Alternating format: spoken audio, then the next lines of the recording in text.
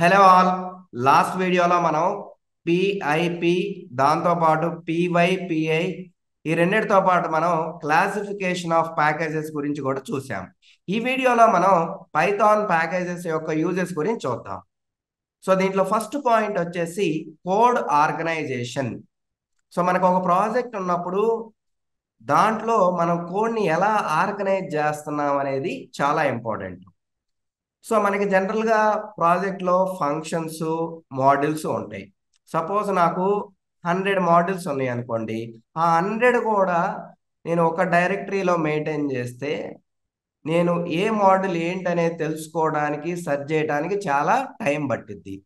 అలా కాకుండా మనం ఆ మాడ్యూల్స్ యొక్క లాజికల్ కనెక్షన్ బట్టి దాంతోపాటు ఆ మాడ్యూల్స్ ఏ టైపో తెలుసుకొని వాటిని డిఫరెంట్ ప్యాకేజెస్గా గ్రూప్ చేయటం వల్ల మనం ఆ ఎంటైర్ ప్రాజెక్ట్ని ఈజీగా మెయింటైన్ చేయొచ్చు, రీడ్ చేయొచ్చు. మనకి ఏదైనా పర్టికులర్ మాడ్యూల్ కావాలనుకోండి, సో ఆ ప్యాకేజ్ నేమ్ చూసుకొని ఓకే ఆ రిలేటెడ్ మాడ్యూల్స్ ఇక్కడ ఉంటాయని మనం ఈజీగా సెర్చ్ కూడా చేసుకోవచ్చు. సో ఇలా మనకి ప్యాకేజెస్ అనేవి కోడ్ ఆర్గనైజేషన్కి బాగా ఉపయోగపడతాయి. సో ఇక్కడ చూడండి, మనకి బుక్ స్టోర్ అనేది ప్రాజెక్టు. సో మనకి ఇక్కడ బుక్స్ రిలేటెడ్ మాడ్యూల్స్ అన్నీ కూడా నేను బుక్స్ అనే ప్యాకేజ్లో పెట్టా. కస్టమర్ రిలేటెడ్ మాడ్యూల్స్ అన్నీ కూడా కస్టమర్ ప్యాకేజ్లో పెట్టా. ఆర్డర్ రిలేటెడ్ మాడ్యూల్స్ అన్నీ కూడా ఆర్డర్ ప్యాకేజ్లో పెట్టా. సో ఇలా నేను ఆర్గనైజ్ చేసుకోవడం వల్ల ఏంది, మనకి ఈజీగా ఉంటుంది. సపోజ్ నాకు బుక్స్ రిలేటెడ్ ఫంక్షనాలిటీ కావాలి తెలుసుకోవాలనుకుంటే నేను డైరెక్ట్గా బుక్స్ అనే ప్యాకేజ్కి వెళ్ళి దాంట్లో రిలేటెడ్ మాడ్యూల్స్ తీసుకుంటాను. తీసుకొని వాటిని మనకు కావాల్సిన నీడ్ని బట్టి యూజ్ చేసుకోవచ్చు. అదే కన్నా ఇలా ప్యాకేజెస్గా క్రియేట్ చేసుకోకుండా అన్ని ఒక డైరెక్టరీ కింద పెడితే అన్ని మాడ్యూల్స్ మనకి ఆర్గనైజ్ చేసుకోవడం, సెర్చ్ చేసుకోవడం కూడా చాలా కష్టంగా ఉంటుంది. సో ఈవెన్ ఇంకొక ఎగ్జాంపుల్ వెహికల్స్ చూసుకున్నా, ఇక్కడ కూడా మనం ఆ టైప్ ఆఫ్ మాడ్యూల్స్ని బట్టి మనం ప్యాకేజెస్గా క్రియేట్ చేసుకున్నాం. సో ఇది కోడ్ ఆర్గనైజేషన్. సో మనం ప్యాకేజెస్గా క్రియేట్ చేసుకోవడం వల్ల మన ప్రాజెక్ట్ యొక్క కోడ్ని ఈజీగా ఆర్గనైజ్ చేసుకోవచ్చు. సెకండ్ వచ్చేసి నేమ్ స్పేస్ మేనేజ్మెంట్. సో మనం ఎప్పుడైతే ప్రాజెక్ట్లో మనం ప్యాకేజెస్ క్రియేట్ చేసుకుంటామో అప్పుడు మనకి నేమ్ కాన్ఫ్లిక్ట్స్ అనేవి ఉండవు. ప్యాకేజెస్ లేకపోతే మనకి నేమ్ కాన్ఫ్లిక్ట్స్ వస్తాయి. సపోజు నేను ప్యాకేజ్గా క్రియేట్ చేయకుండా నాకు సేమ్ మాడ్యూల్ నేము 2 సార్లు వాడాలనుకుంటే అప్పుడు నేమ్ కాన్ఫ్లిక్ట్ వస్తుంది. సో ఎగ్జాంపుల్ చూడండి. సో బుక్స్ అనేది ప్యాకేజీ. సో దీంట్లో నాకు యూటిలిటీస్ డాట్ పీవై మాడ్యూల్ ఉంది, కస్టమర్లో కూడా యూటిలిటీస్ డాట్ పీవై మాడ్యూల్ ఉంది. సో నేను ప్యాకేజెస్గా క్రియేట్ చేయకపోతే నేను సేమ్ మాడ్యూల్ నేమ్ని ఇవ్వలేను. చేశాను కాబట్టి రెంటిల్లో కూడా సేమ్ నేమ్ వాడుకోవచ్చు. సో ప్యాకేజెస్ క్రియేట్ చేయటం వల్ల మనకి నేమ్ కాన్ఫ్లిక్ట్స్ అనేవి రావు, లేకపోతే వస్తాయి. అంటే సేమ్ మాడ్యూల్ నేము మీరు ప్రాజెక్ట్లో వాడుకోవాలనుకున్నప్పుడు అన్ని సేమ్ డైరెక్టరీలో ఉంటే మీరు చేయలేరు, డిఫరెంట్ ప్యాకేజీలో ఉంటే మీరు సేమ్ నేమ్ని వాడుకోవచ్చు. సో నెక్స్ట్ వచ్చేసి మాడ్యులారిటీ. సో మాడ్యులారిటీ అంటే ఏంది, సో మనకి ఒక బిగ్ ప్రాజెక్ట్ ఉన్నప్పుడు సో దాన్ని మనం స్మాల్ స్మాల్ పార్ట్స్గా డివైడ్ చేసుకొని వర్క్ చేస్తే ఈజీగా మనం ఆ ప్రాజెక్ట్ని మేనేజ్ చేసుకోవచ్చు, వర్క్ కూడా కంప్లీట్ చేయొచ్చు. అంతేగాని ఆ ప్రాజెక్ట్ మొత్తాన్ని ఒక పైథాన్ ఫైల్లోనో లేదా ఒక పైథాన్ ప్యాకేజ్లోనే పెడితే మనకి మేనేజ్ చేయటం, మెయింటైన్ చేయటం కూడా చాలా కష్టంగా ఉంటుంది. సో ఇక్కడ చూడండి, మనకి బుక్ స్టోర్ అనేది మనకి ఎలా డివైడ్ చేసాం. బుక్ స్టోర్ అనేది ఒక ప్రాజెక్టు. సో దాన్ని నెక్స్ట్ లెవెల్కి తీసుకెళ్ళాం. బుక్స్ రిలేటెడ్ స్టఫ్ అంతా ఒకసాట, కస్టమర్ రిలేటెడ్ స్టఫ్ ఒకసాట, ఆర్డర్స్ రిలేటెడ్ స్టఫ్ ఒకసాట. సో దాంట్లో కూడా మళ్ళీ మాడ్యూల్స్. సో మోడల్స్ అనేది ఒక మాడ్యూల్, దాని లోపల మనకి ఫంక్షన్స్ ఉంటాయి. సో ఇలా చేయడం వల్ల ఏంది, మనం కావాలనుకుంటే ఈ వర్క్ని డిఫరెంట్ పీపుల్ మధ్య కూడా డిస్ట్రిబ్యూట్ చేయొచ్చు. ఒక కాంపోనెంట్ ఒకరికి ఇవ్వచ్చు, లేదా ఒక మాడ్యూల్ ఒకరికి ఇచ్చి వర్క్ చేయమనొచ్చు. అన్నీ ఒకసారి పెడితే మనం ఈజీగా మేనేజ్ చేయలేం, దాంతోపాటు మెయింటైన్ చేయటం కూడా చాలా కష్టంగా ఉంటుంది. సో మనం ప్యాకేజెస్గా క్రియేట్ చేయటం వల్ల మనకి మాడ్యులారిటీ అనేది చాలా బాగుంటుంది. సో నెక్స్ట్ వచ్చేసి రీయూజబిలిటీ.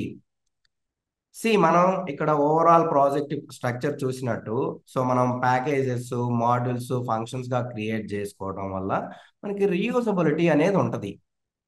సో ఎలా అంటే, సపోజ్ మీరు ఇన్ హౌస్ ప్రాజెక్ట్ మీద వర్క్ చేస్తున్నారు. ఒకళ్ళు బుక్స్ అనే ప్యాకేజ్ క్రియేట్ చేశారు. సో దీంట్లో ఉన్న ఫంక్షనాలిటీ వేరే వాళ్ళకి అవసరం అయింది అనుకోండి, సో మనం డైరెక్ట్గా ఆ ప్యాకేజ్ని ఇంపోర్ట్ చేసుకొని వాడుకోవచ్చు. మళ్ళీ మీరు స్క్రాచ్ నుంచి డెవలప్ చేయాల్సిన పని లేదు.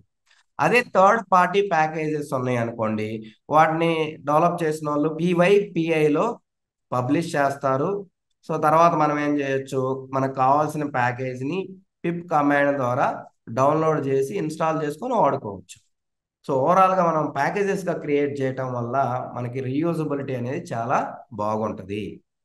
సో నెక్స్ట్ వచ్చేసి ప్యాకేజెస్ అనేవి మనకి సాఫ్ట్వేర్ని ఈజీగా క్రియేట్ చేయడానికి ఉపయోగపడతాయి. మీకు లాస్ట్ క్లాస్లో ఏం చెప్పాను, సపోజ్ నంపై అనే ప్యాకేజ్ ఉంది, థర్డ్ పార్టీ ప్యాకేజీ.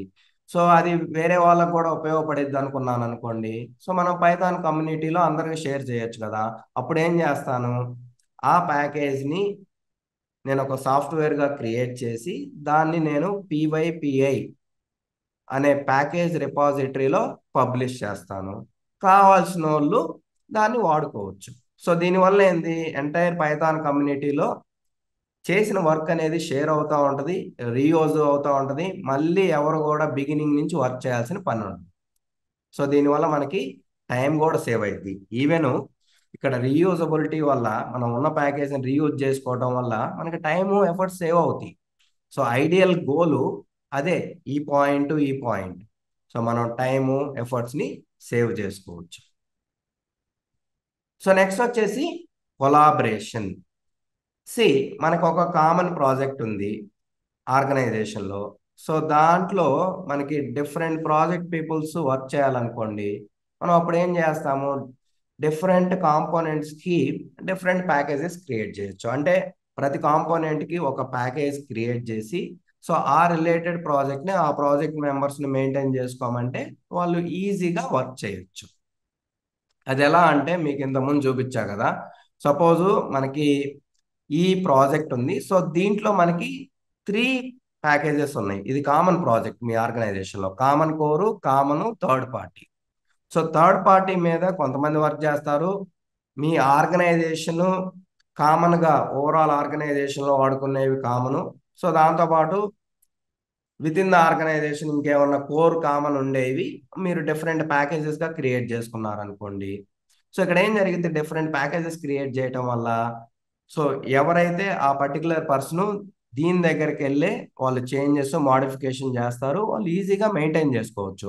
అందరూ వచ్చి ఒకే ప్యాకేజ్ మీద చేయటం వల్ల మీకు కన్ఫ్యూజన్ ఉంటుంది, ఒక్కోసారి ఓవర్ రైడింగ్, కాన్ఫ్లిక్ట్స్ కూడా వస్తాయి. సో అది ప్యాకేజెస్గా క్రియేట్ చేయటం వల్ల మీకు ఓవరాల్ పైథాన్ ప్రాజెక్ట్లో డెవలపర్స్ మధ్య ఈజీగా కొలాబరేషన్ అనేది చేసుకోవచ్చు, మేనేజ్ చేసుకోవచ్చు కూడా. సో ఇవన్నీ కూడా మనకి పైథాన్ ప్యాకేజెస్ వల్ల యూజెస్. సో కోడ్ ఆర్గనైజేషన్ బాగుంటుంది, మాడ్యులారిటీ ఉంటుంది, రీయూజబిలిటీ ఉంటుంది. సో దాంతోపాటు మనం ఈజీగా కొలాబరేట్ చేసుకోవచ్చు, మన ప్యాకేజీని డిస్ట్రిబ్యూట్ చేసుకోవచ్చు.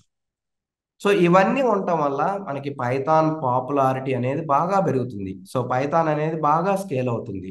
సో ఇవన్నీ చేయటం వల్లనే కదా అందరూ, ప్రతి ఒక్కరు కూడా పైథాన్ కమ్యూనిటీలో ఏదో ఒకటి కాంట్రిబ్యూట్ చేయటం వల్లే ఈరోజు మనకి అరౌండ్ 1,40,000 లైబ్రరీస్ ఉన్నాయి. సో మీకు ఏది కావాలనుకున్నా జస్ట్ మీరు ఇన్స్టాల్ చేసుకొని వాడుకోవచ్చు, అది థర్డ్ పార్టీ అయితే. అదే ఇన్బిల్ట్ పైథాన్ ప్యాకేజ్, పైథాన్ ఇన్స్టలేషన్తో పాటు వచ్చే అయితే మీరు డైరెక్ట్గా ఇంపోర్ట్ చేసి వాడుకోవచ్చు. మీరు ఏది స్క్రాచ్ నుంచి డెవలప్ చేయాల్సిన పని లేదు. సో దీనివల్ల పైథాన్ యూసేజ్ పెరుగుతుంది, పాపులారిటీ కూడా బాగా పెరుగుతుంది. సో ఓవరాల్గా మనం ప్యాకేజ్గా క్రియేట్ చేయడం వల్ల దాన్ని అందరికీ షేర్ చేసుకోవచ్చు, అవసరమైన వాళ్ళు వాడుకోవచ్చు. సో దీనివల్ల మనం తెలియకుండానే ఆ పైథాన్ కమ్యూనిటీ అనేది బాగా స్కేలు బిల్డ్ అవుతూ ఉంటుంది. సో అందరికి కూడా బాగా యూజ్ అయ్యింది. సో ఇవన్నీ కూడా పైథాన్ ప్యాకేజెస్ వల్ల యూజెస్. సో ఇదండి వీడియో నచ్చితే లైక్ చేయండి, దాంతోపాటు ఛానల్ని సబ్స్క్రైబ్ చేసుకోండి. మనం నెక్స్ట్ వీడియోలో లైబ్రరీ అంటే ఏంది, దాంతోపాటు మాడ్యూల్, ప్యాకేజీ, లైబ్రరీ వీటి మధ్య డిఫరెన్సెస్ గురించి చూద్దాం. Thank you for watching. మళ్ళీ మనం నెక్స్ట్ వీడియోలో కలుద్దాం.